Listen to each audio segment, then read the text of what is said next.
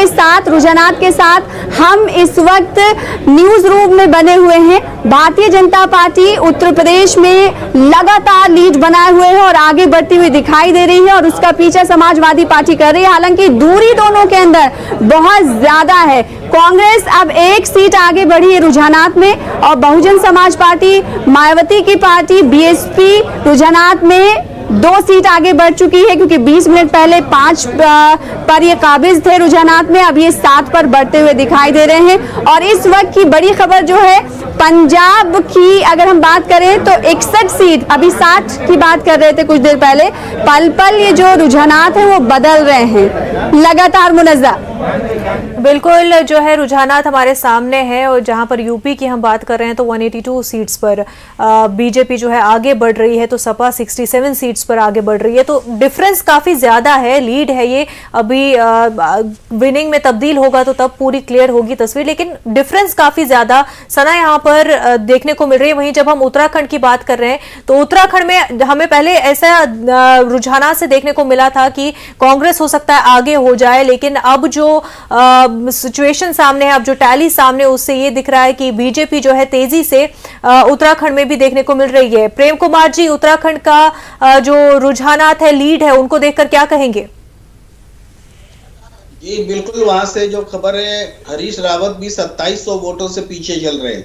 तो ये भी एक लैंडमार्क बात है कि हरीश रावत अगर हार रहे हैं तो कांग्रेस कैसे जीत रही है। तो वो दिख रहा है कि आपके रुझानों में कि कांग्रेस वहां पिछड़ रही है। जी, तो कांग्रेस वहां पर पिछड़ रही है। अवस्थी जी क्या कहेंगे? बहुत ही इत्मीनान से आप बैठे हैं और जाहिर सी बात है जो रुझानात सामने आ रहे हैं तो काफी खुशी भी होनी है। तो उत्तराखंड के हवाले से हम इससे पहले आपसे बात कर रहे थे, लेकिन अब जो है बीजेपी के हक में ही उत्तराखंड में भी रुझानात देखने को मिल रहे हैं।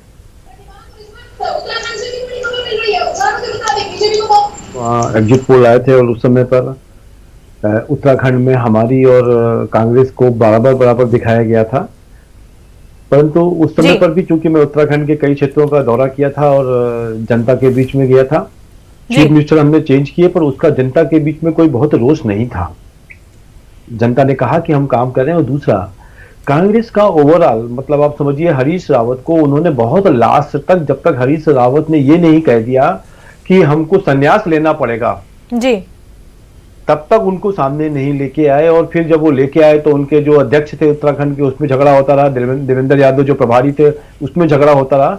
हमको ऐसा लगता है, हमने तो जो काम किया ही है। हमारा जो विपक्ष कांग्रेस था उसमें 3 भाग में पूरा बटा हुआ था, एक प्रभारी देवेंद्र यादव के बीच में, उनके उत्तराखंड अध्यक्ष के बीच में, और तीसरा हरीश रावत जी को। हरीश रावत जी को अपनी खुद की सीट बदलनी पड़ी, जहां से वो चाहते थे वहां से नहीं मिली उनको जी। अब हमको अभी नहीं मालूम, आप अपने चैनल के माध्यम से बताइए, क्योंकि हरीश रावत जी भी जीत रहे हैं या नहीं जीत रहे हैं, क्योंकि पिछली बार तो वो 2 सीटों में से 1 सीट से हार गए थे, रुद्रपुर से, कहते हैं वहां से, किच्छा से। तो मैं अभी यही कहना चाहता हूं कि ये रुझान है, पर अभी 32 सीटों पे मेरा आगे है, तो हमको ऐसा लगता है कि हम आगे 37 सीटों से लेकर 38 सीटों तक ले जाके हम सरकार बनाने में सक्षम होंगे। हम तो रुझान जो है अवस्थी जी बिल्कुल बीजेपी के हक में है, तो काफी इत्मीनान की बात है। और बीजेपी ने जो है 190 का आंकड़ा लीड में पार कर लिया है 191 सीट्स पर। और साथ ही आपको बता दें कि आंकड़े जिस तरह से आपके टीवी स्क्रीन पर टैली दिखाई दे रहा है, न्यूज रूम से हमने आपको सना के जरिए भी जानकारी बताई, लाइव रिजल्ट हब से ये तमाम तर टैली हम आप तक दिखा रहे हैं। और हुरैरा हमारे साथ जुड़ेंगे बहुत जल्द, हमारे साथ हुरैरा भी रिजल्ट हब से जुड़ेंगे। प्रेम कुमार जी